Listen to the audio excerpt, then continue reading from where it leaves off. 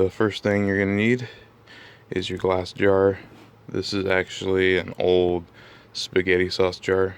I just scraped the label off, cleaned it up really well. What I'm going to be using for drilling is this carbon steel drill bit. It does steel, ceramic, glass, a lot of different products, and it's got a diamond coating on the end. It's going to heat up a lot when drilling. So what a lot of people do is they put like putty around here and then fill it with water, or take hot glue, can make a dam, fill that with water, but then once you drill through, all that water leaks out. So what I'm going to do is put it in this tote right here, and I just took this water bottle and poked a tiny hole in it. So when I unscrew the cap, there'll be a stream of water, and I'll just line that stream up with where I'm drilling, and it should keep it cool.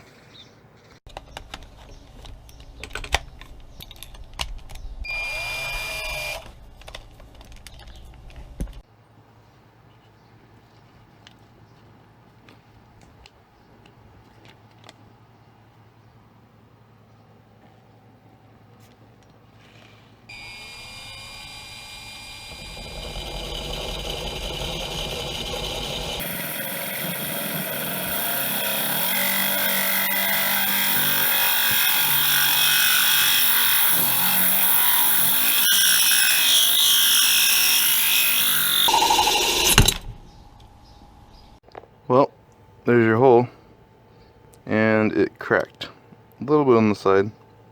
So either I'm gonna have to redo this, get another spaghetti sauce jar or something similar, and try drilling through again. I don't think it's going anywhere, but for the sake of this project, I'll go ahead and use the same jar. So I got this small mason jar lid. I tried to get the front with this bit right here, but it spins around too much because it's too big. So what I did is I drilled out this jig this hole is the same size as this bit. In fact, I drilled that hole with that bit.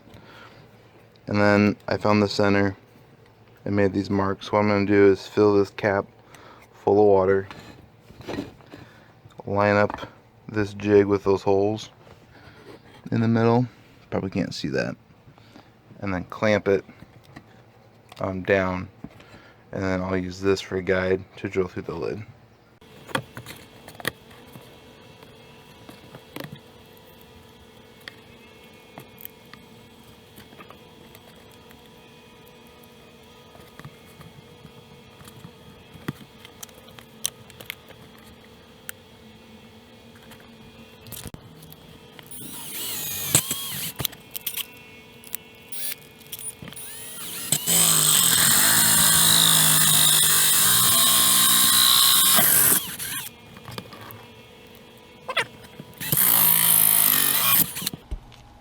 So I think I bottomed out my bit.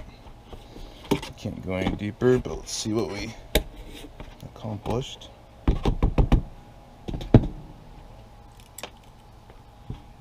Okay, so the plastic seal got out right there. It's not quite in the center.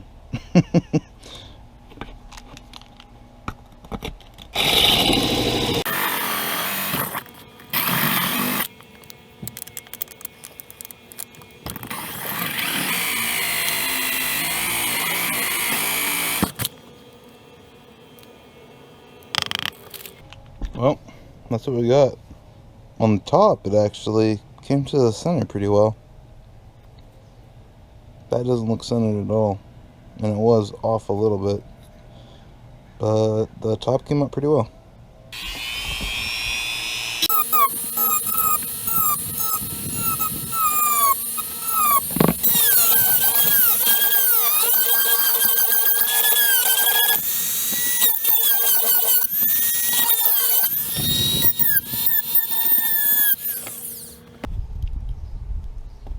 So close, just a little bit more.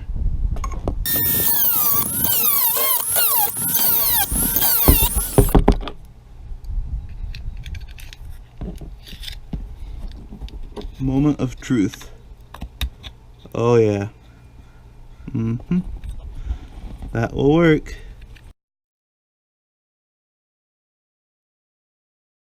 Alright, we're pretty even with the lid.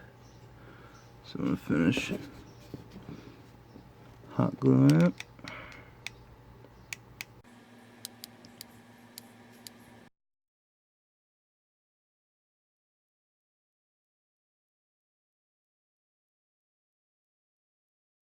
I'm just using the small extension cord for the lamp. Let's twist this here. The small prong is your hot. So I'm just gonna remember when I cut it that looking this way towards the spliced end after I cut it, right side is hot. So I'm just gonna cut this off here.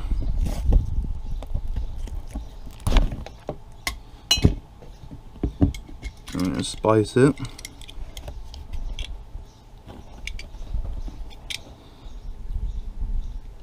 This should be plenty.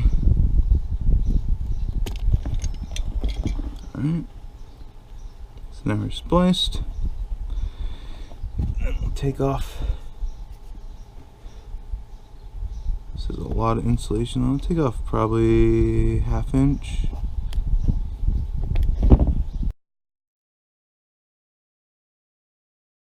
And the lamp fixture, these are already pre-spliced, I guess I should say.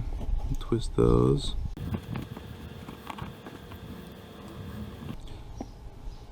Alright, so right to your hot.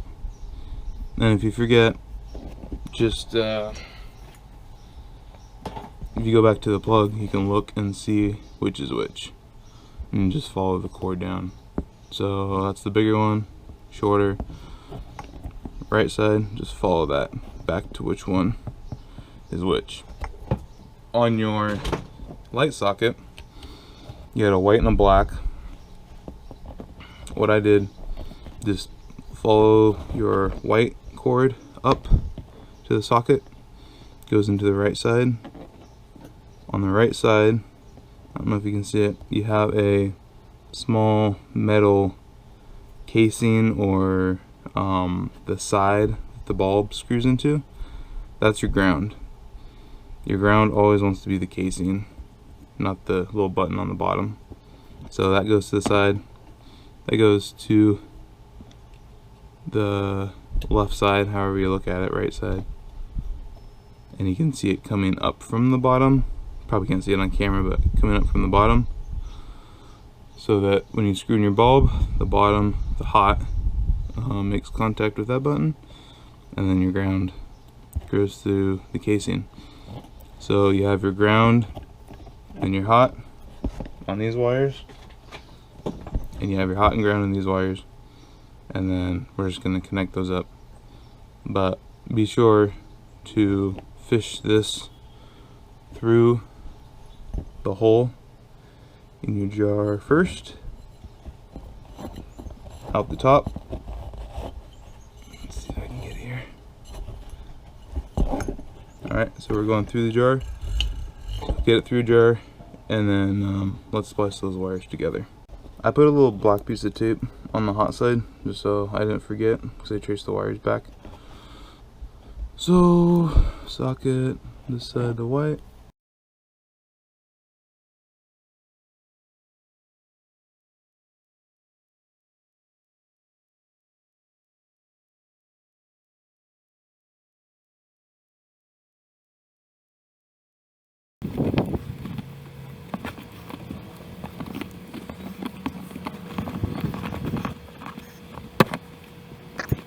So here is your almost finished product. Got your lid with your socket hot glued on both sides, your cord coming down, the black tape stops before it comes out of the jar. So I decided to put a switch on here, and I've taken out these two screws, and I got a bigger, more of a heavy duty wire switch, because this wire is an extension cord. So a normal roller switch, just to splice, doesn't fit. So that's why I got this one. take off your top. You got your 2 wires, your ribbed one, and your smooth one. Your ribbed one is the neutral, so don't cut that one. So I already spliced it. We're gonna go about like there. So just on the smooth one right here, we're gonna cut that.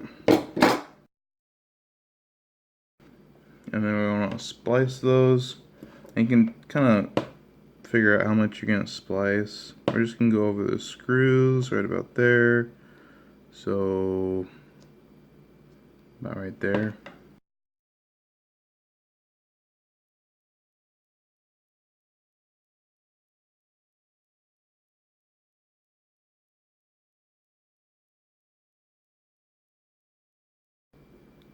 So this one's good. This one's a little long. This one here though, that's good.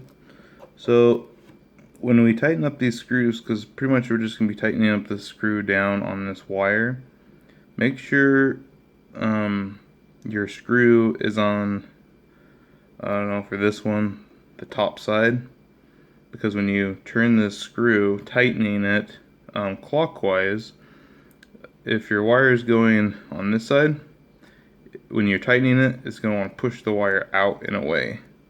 If you put it on this side, when you tighten it, it's going to want to suck the wire in. So that's what we'll do. Let's put a little hook in the wire, just like so. Hook it around the screw. Make sure it stays in there. And tighten her down.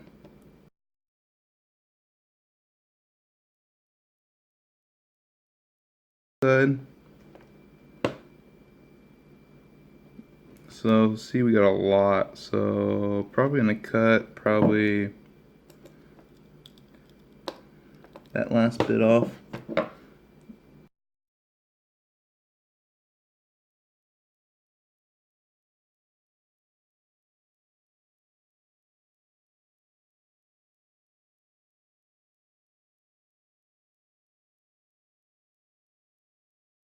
So now that we got all that wired, put the cap back on.